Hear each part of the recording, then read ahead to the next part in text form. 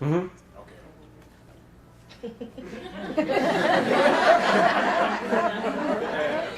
That's all.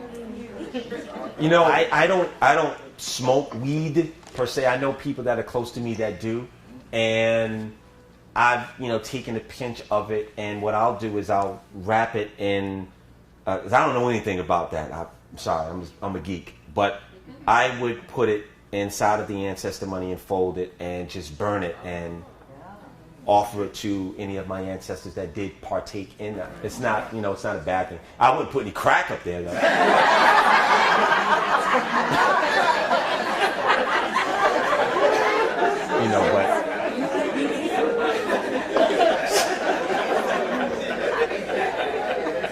But weed is okay. I'm Audrey Long.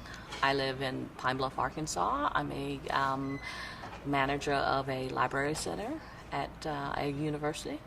The biggest takeaway I received was just how Sri GANO has such a mastery of himself and his, let's say, operation in the world, and the seriousness that he takes the responsibility of his role in the spiritual realm. And as a spiritual teacher, I can see the sincerity there, and that's what I'm drawn to. I want to be attached to any mission that's serious about what they're doing. And with using the tobacco and smoke. That's a good question. I had the altar sets there, and all of them had a cigar in it. So a cigar, more so than cigarettes, is, and by the way, for all of you that have the altar set, take the cigar when you get home, cut it, take a few puffs, and blow it into the pictures. Take 5 puffs and blow it into the pictures. That will alert them that you are consciously making contact with them. If you start to see faces in the smoke, don't be freaked out. See this, my problem.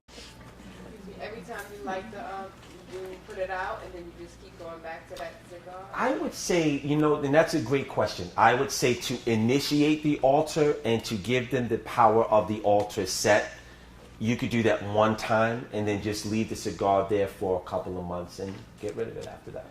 Do you replenish the cigar, or is that just a one time? You don't need to replenish it, but if you want to connect with, because all of us have ancestors that smoked peyote, ganja, hashish, weed, or tobacco.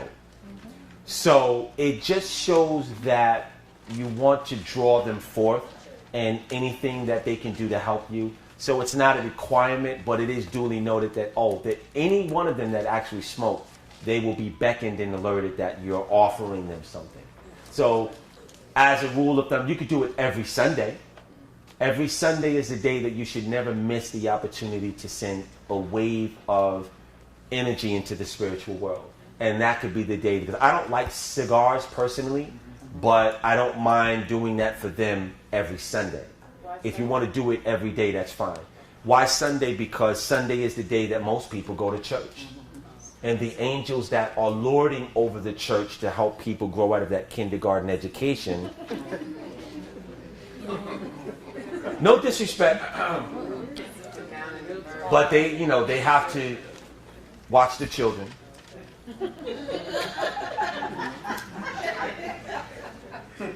Church is cool, So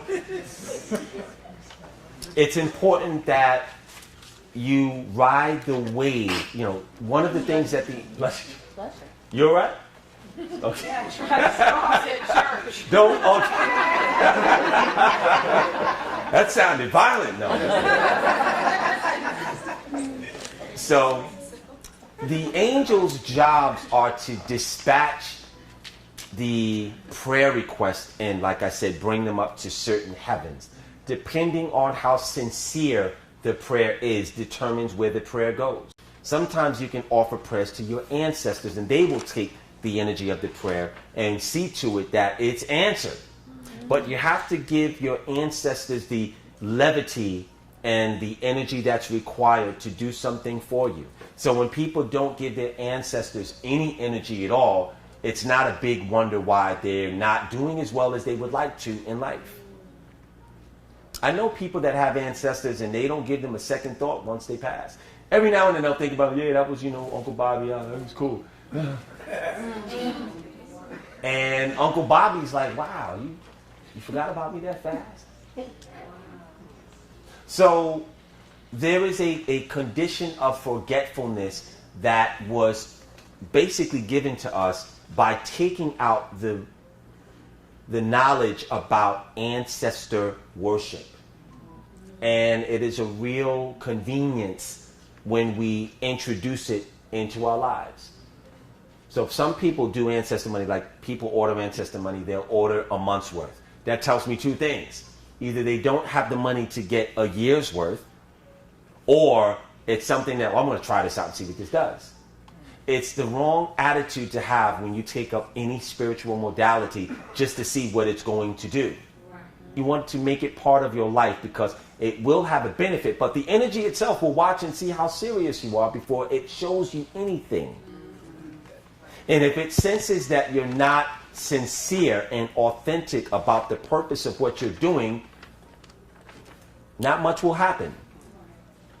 Does anybody have any questions at all? Yes. Can you sing songs to your ancestors? My children like to sing at the altar. Absolutely. It's a beautiful thing. Yes. About alcohol for your ancestors that drink. Yes. All day. So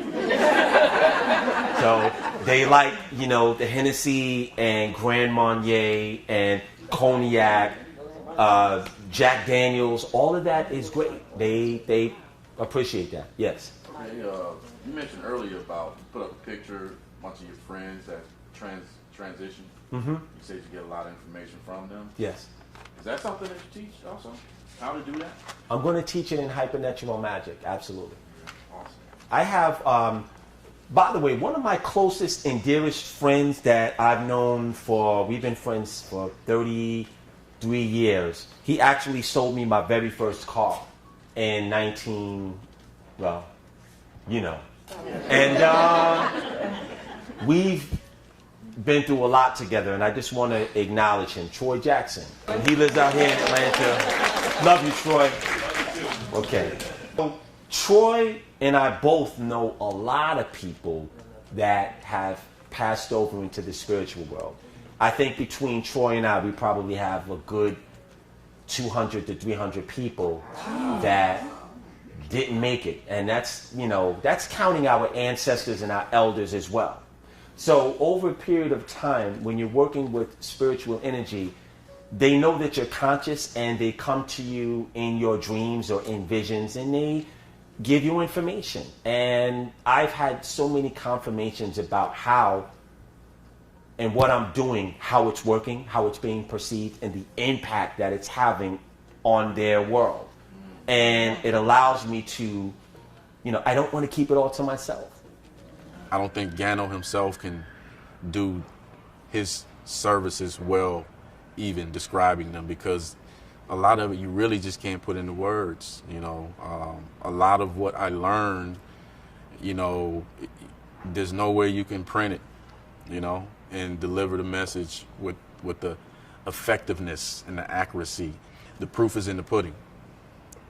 If you're serious about enlightenment, if you're serious about evolving, becoming the highest and best version of yourself, if you're serious about becoming a healer, then you need to come, learn from him, because this is very serious work.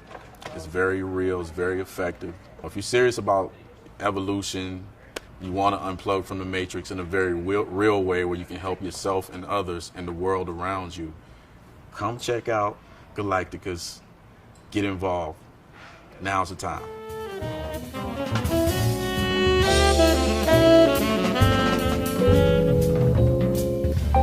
There's another thing I want to address too.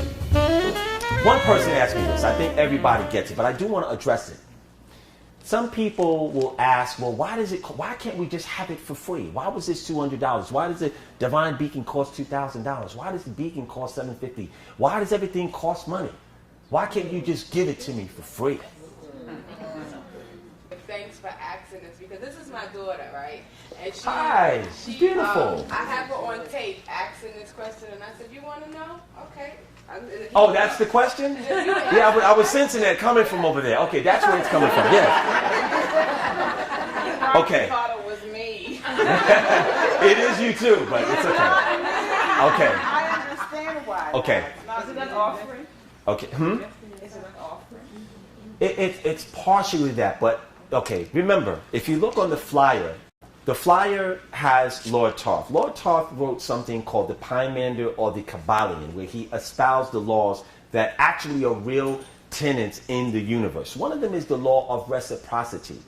When you don't obey or work and harmonize with the laws of reciprocity, your life is going to lack, because there are certain people that always want a discount. Well, you know, can I get in for free? Or can I not pay you for this information? Can you just give it to me? And that kind of mindset is a sickness and a disease that will also hold back your potential of actually manifesting what you can do on your own. That's also a derivative of spirit of lack and poverty. Now, this is kind of layered. Lord Ganesh is my higher God form that I pull from. He's also a karma lord.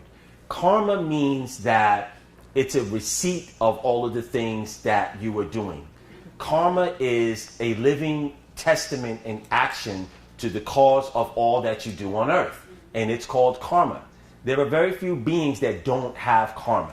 So when you come to something like this and you have an energetic exchange of whatever the cost is, you are also erasing some of your negative karma, and you will also reap the benefit of all of the information. For someone that says, well, I need to come there and not pay for this, they're not going to value or get anywhere close the information and be able to even process it, because they didn't give the energetic exchange that has to deal with the laws of reciprocity. The gods also watch how you consider things, and that's another thing too. You know, when you summon the presence of a god, the first thing they do is they'll look at you real quick. I'm going to give you an analogy. So back to the candles, right? The candles are a way to connect with higher beings that are too big to fit in our reality. So how do we get their attention? If you were walking home and you happen to see your name spelled out by ants on the sidewalk, would that get your attention? You might be inclined to look down and say, oh. But the first thing is, how did you know my name? And also, what do you want? That's the main thing you're going to ask. So you might be inclined to go to the store, get a loaf of bread, and break it up and give it to the ants, because the ants will be able to feed their kingdom and sustain for a very long time off of that wonderful contribution. But in order to qualify for that, they have to get your attention first. So humans, I hate to say it, but humans are a lower species. We are looked at in the universe as less than roaches. And I don't want to be mean, but if I see a roach in my kitchen, it's going to die.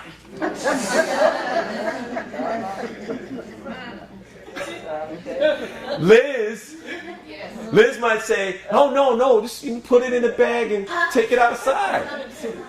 I'm not going to take that stance, because a roach represents filth, disease, chaos, and it shouldn't belong in an environment that allows me to feed myself. So some of the gods look at humans. You guys have war on your planet.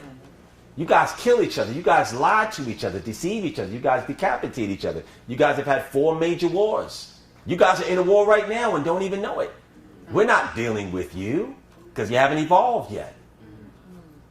So we have to use hypernatural magic to get the attention of the beings that can change our reality. When we choose not to use that, we're basically saying, I want to stay in the mud.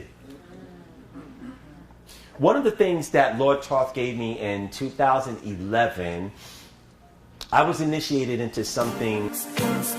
Get into the music, yeah.